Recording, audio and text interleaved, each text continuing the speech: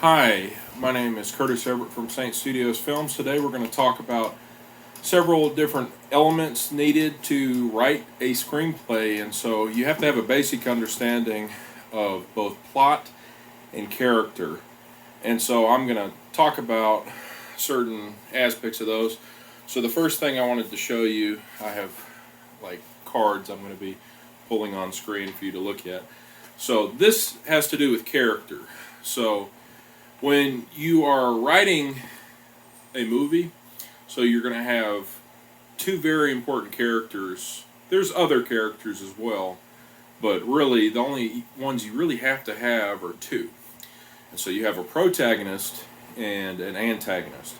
So the protagonist is going to be the driving force of the story. One misconception about protagonist is that this is the good guy. Not necessarily. Sometimes movies have either an anti-hero or a villain as the protagonist, and then the antagonist is whoever is opposing them.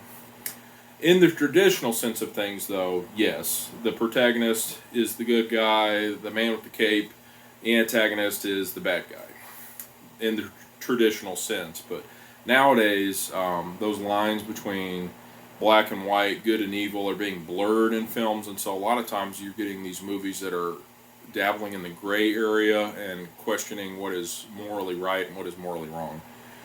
So you also have dynamic and static characters. So dynamic characters are ones who, over the course of the movie, undergo a change.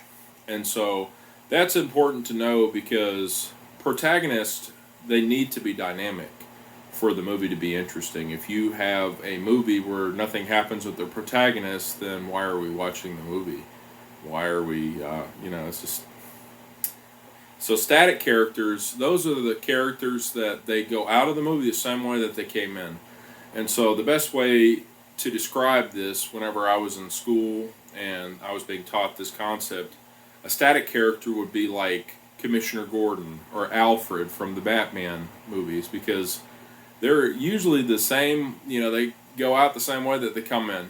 When I say Commissioner Gordon and Alfred, I mean more so in the older films, the anthology films from 1989 to 1997, those older depictions of the characters, because some of the newer versions of the characters have way more going on story-wise and emotional development.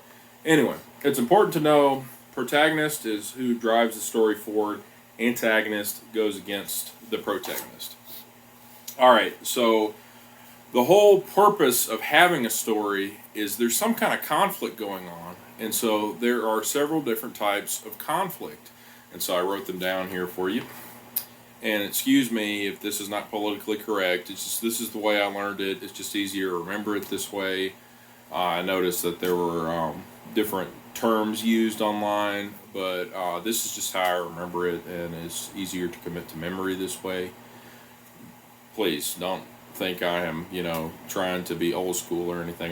This is how I remember it. So, okay, so man versus man. That conflict is the most traditional, old-timey conflict ever. So that's just, Hatfields versus McCoys. People don't like each other. There's bad blood. So, a person versus a person. That's very, common in terms of a plot, of a movie. Usually people don't like each other, and so that's why they're going after each other.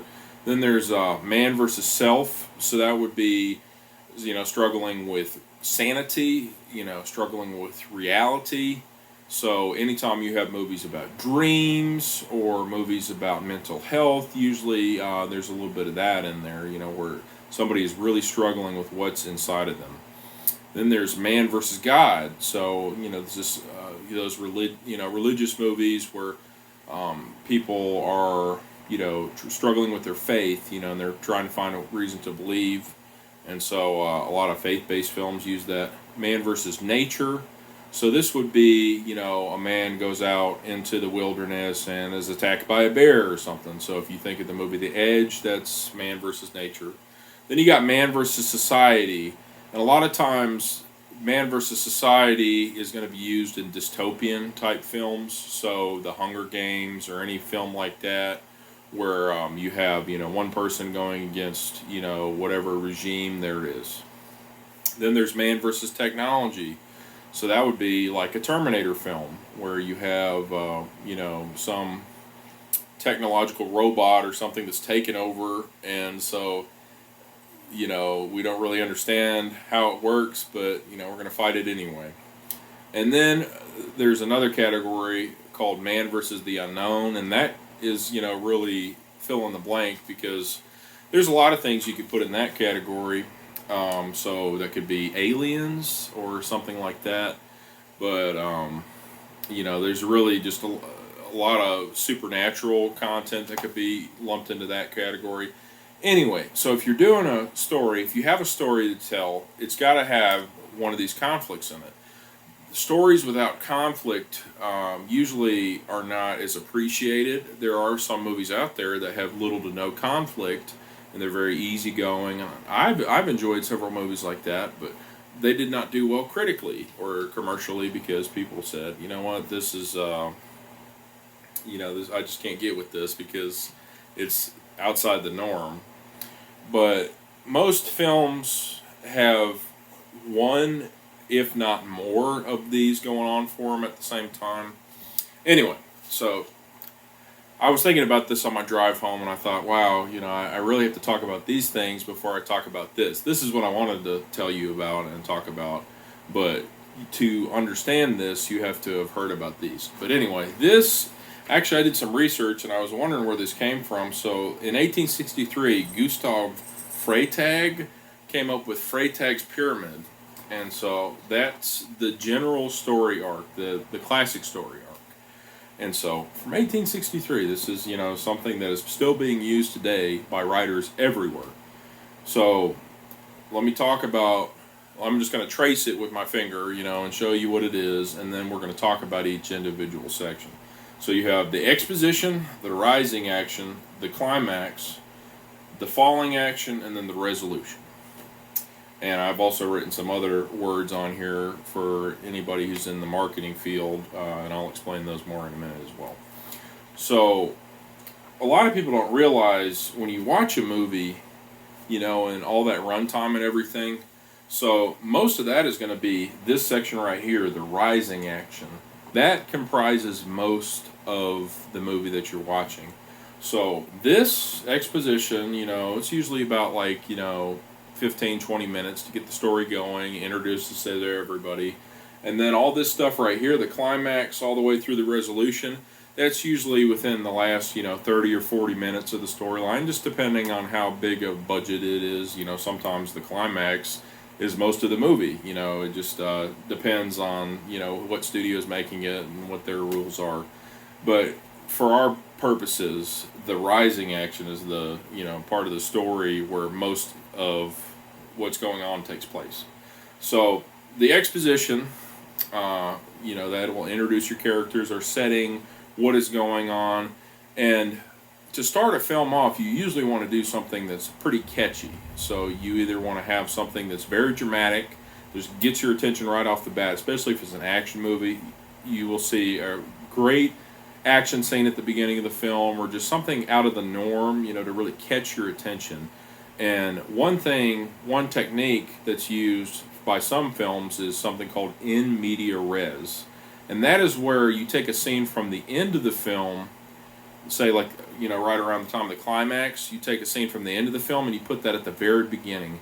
And then the rest of the movie is tracing its way back to how you got there.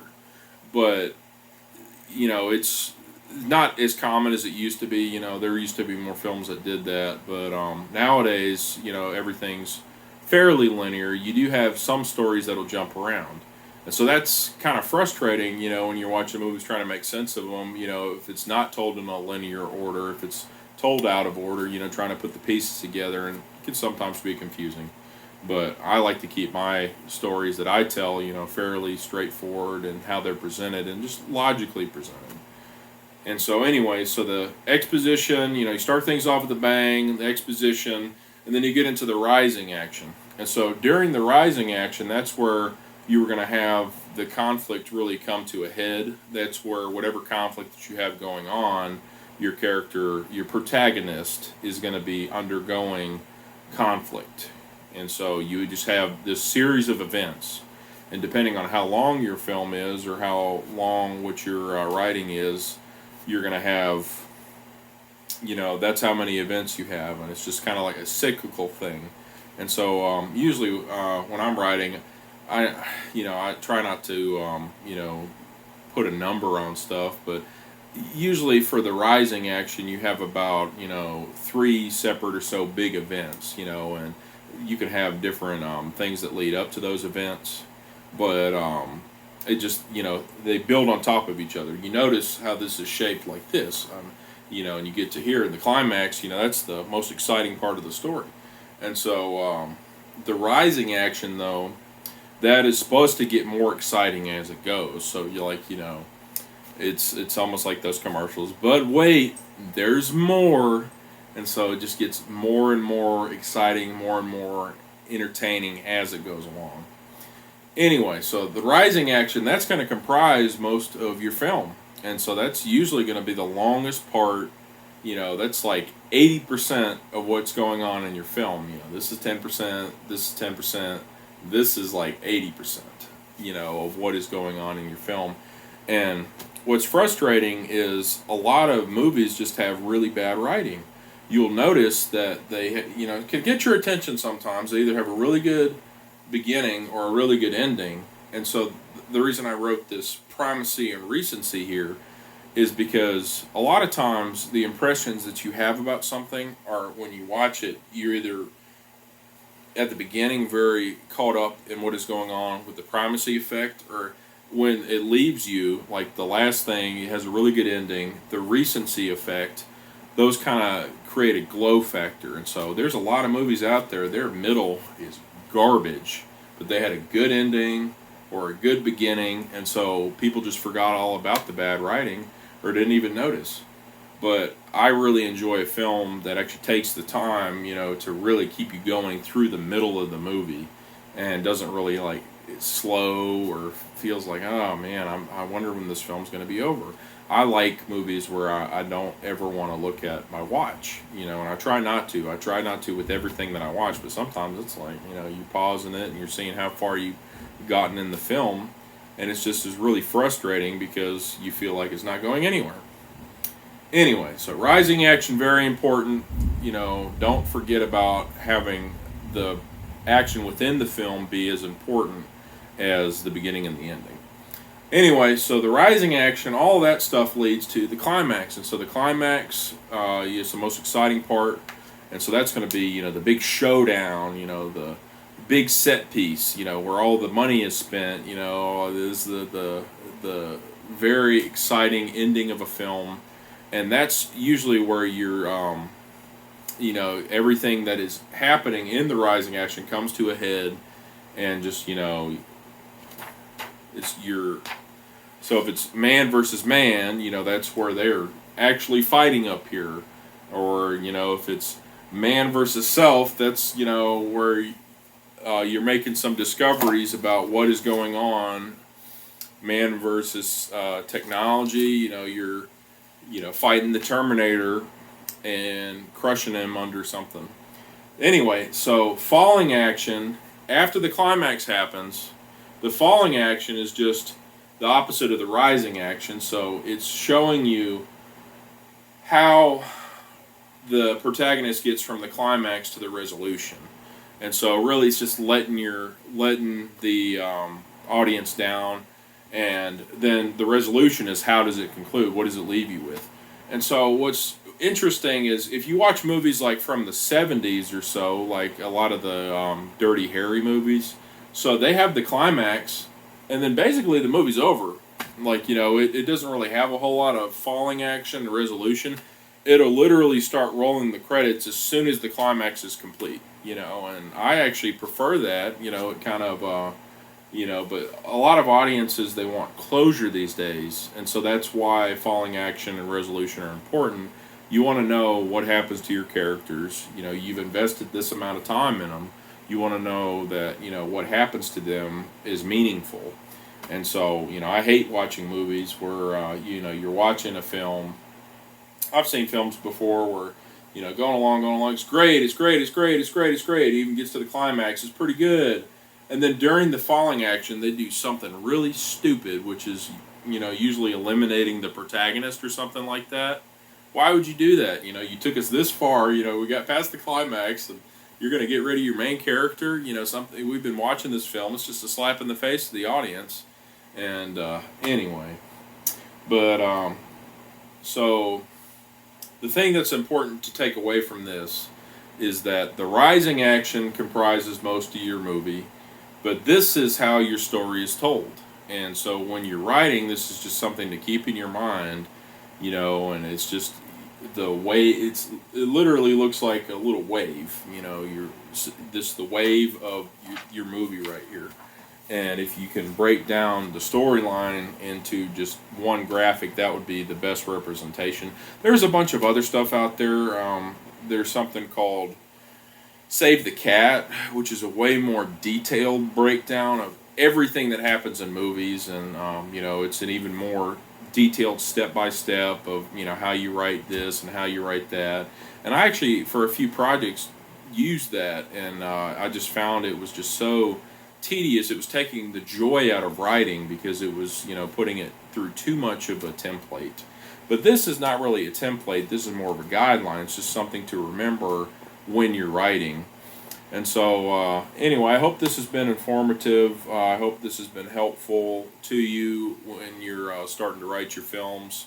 So, one thing I'm going to talk about next, I have to talk about the most important part of the writing process and the most important part of your film. And so that actually is probably going to be my next video, is I'm going to talk about the most important step when you're writing. So anyway, that's it for now, and I hope you found this informative, and tune in next time.